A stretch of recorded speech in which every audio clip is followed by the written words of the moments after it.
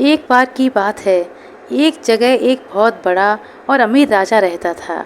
उसका एक ही बेटा था।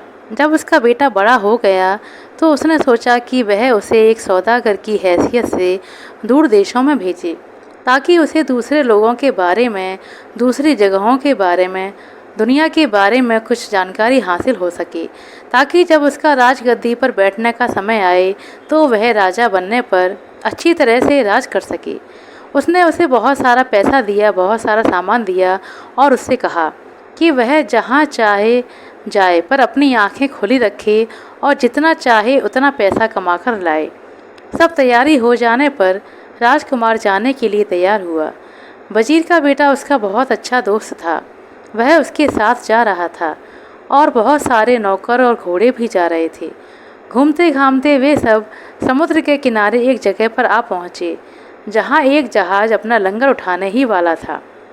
वहाँ वे विदेश की यात्रा के लिए उस जहाज़ पर सवार हो गए। कुछ समय तक तो सब कुछ ठीक ठाक रहा, जब तक वे एक टापू के पास से गुजरे। वहाँ जहाज़ ने अपना लंगर डाल लिया।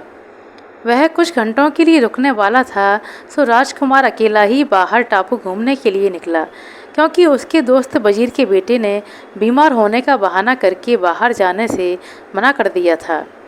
वजीर का बेटा बहुत ही नीच इंसान था। उसने राजकुमार को उकसाया कि वह टापू पर खूब लंबा घूमकर आए, और उधर जहाज़ के कप्तान और नाविकों को रिश्वत दी कि वे राजकुमार को वहाँ से बिना लिए ही चले जाएं। वह जहाज़ राजकुमार को लिए बिना ही वहाँ से चला गया। उसने कप्तान से गोल घूमकर वहीं चलने के लिए कहा जहाँ से वे चले थे। वहाँ उसने राजकुमार का सारा सामान बेच डाला और राजा के पास लौट आया। राजा ने पूछा, अरे तुम बहुत जल्दी वापस आ गए, और राजकुमार कहाँ हैं? वजीर का बेटा बोला, महाराज, मुझे बहुत अफसोस के साथ कहना पड़ रहा है कि राजकुमार तो मर गया। हुआ यूँ कि हम लोग एक टापू के पास से ठीक से जा रहे थे कि जोर का एक तूफान आया, और इतना बड़ा कि उसने पूरे जहाज़ को अपनी चपेट में ले लिया। जहाज़ में जो भी कुछ था सब पानी में डूब गया। मैंने राजकुमार को बचाने की बहुत कोशिश की, पर अफसोस मैं उन्हें नहीं बचा सका। मैं भी बड़ी मुश्किल से बचकर वहाँ से निकल पाया हूँ। राजा ने जब यह सुना तो राजा तो दुख के सागर में डूब गया। वह अपने बेटे के लिए बहुत दिनों तक रोता रहा। इस समय में उसकी हालत पागलों जैसी हो गई। वह ना तो किसी की परवाह करता था और ना ही कोई राजकाज चलाता, ना ही कोई काम करता। बस हमेशा अपने बेटे के लिए ही रोता रहता। इस बीच राजकुमार के हालात अच्छे हुए। जैसे ही उसे अपने दोस्त की निजता का पता चला तो उसने रात को ठहरने की जगह ढूंढनी शुरू कर दी। उसने एक साफ झरने के पास एक जगह ढूंढी, जहाँ जाकर वह इस आशा में सोने के लिए लेट गया कि अगली सुबह उसके लिए कुछ अच्छा समय लेकर आएगी। जब वह सो रहा था तो झरने में से खूबसूरत परी निकली, जिसके साथ बहुत सारे सिपाही थे। वहाँ आकर वह खाना खाने बैठ गई।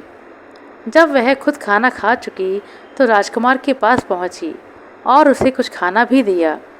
राजकुमार ने उसका दिया वह खाना खाया और परी को बहुत बहुत धन्यवाद दिया, क्योंकि जब से वह जहाज़ से उतरा था उसने कुछ भी नहीं खाया था।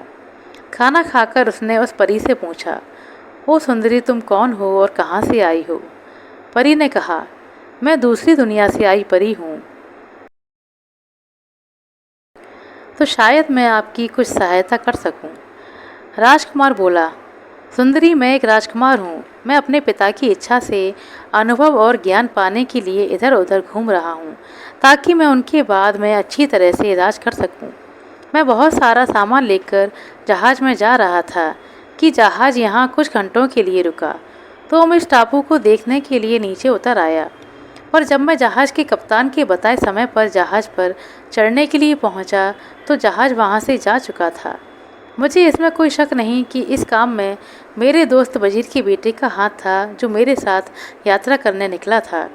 परी बोली, वह है नीच आदमी, उसे अपनी इस नीचता का फल भुगतना पड़ेगा। आप इस समय सो जाइए, मैं कल सुबह आपको आपके पिता के पास पहुंचा दूंगी। यह आदमी भी शायद लौटकर वहीं गया होगा, तब आप उसे आमने सामने बुरा भला कह सकते हैं। इतना कहकर वह अपने सिपाहियों के साथ झरने में ही गायब हो गई। राजकुमार सोने चला गया। अगली सुबह वह फिर आई। राजकुमार को जगाकर उसने उसे उसका नुकसान भरने के लिए कई कीमती जवाहरात दिए और उससे जाने के लिए कहा। उसकी बात मानकर वह बहुत सारे सिपाहियों को साथ लेकर चल दिया। तो उसने अपने आप को अपने महल के रास्ते पर पाया। राजा उस समय अपने सोने वाले कमरे में बैठा हुआ था। उसने उस कमरे की खिड़की से एक बहुत बड़ा जुलूस आता देखा तो सोचा, यह कौन आ रहा है। उसने अपने दरबान को बुलाया और उसे यह देखने के लिए भेजा कि उसके महल की तरफ यह कौन आ रहा है।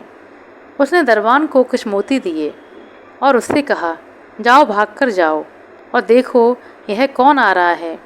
कहीं ऐसा ना हो कि यह कोई ताकतवर दुश्मन हम पर हमला करने के लिए आ रहा हो।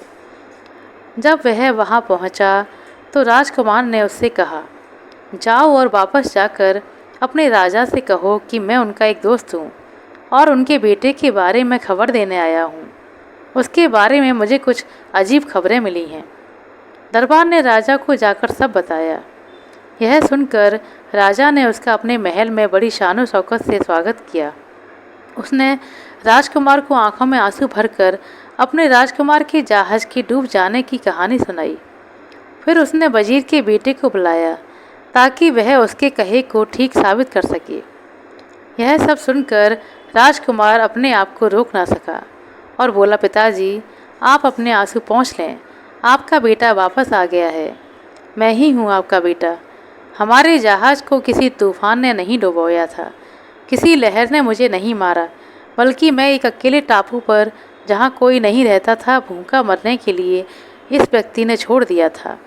फिर उसने वजीर के बेटे की तरफ इशारा करते हुए कहा, इस आदमी ने जहाज के कप्तान को रिश्वत दी कि वह मेरे बिना ही जहाज को ले जाए ताकि मेरे पीछे यह मेरा सारा सामान बेचकर उसका सारा पैसा हड़प सके। राजा चिल्लाया, ओ नीच आदमी।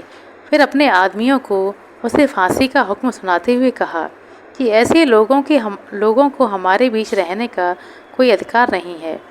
वजीर के बेटे को बहुत पछतावा हुआ। उसने बहुत माफ़ी मांगी, लेकिन सब बेकार। राजा को अपना बेटा जिंदा पाकर बहुत खुशी हुई।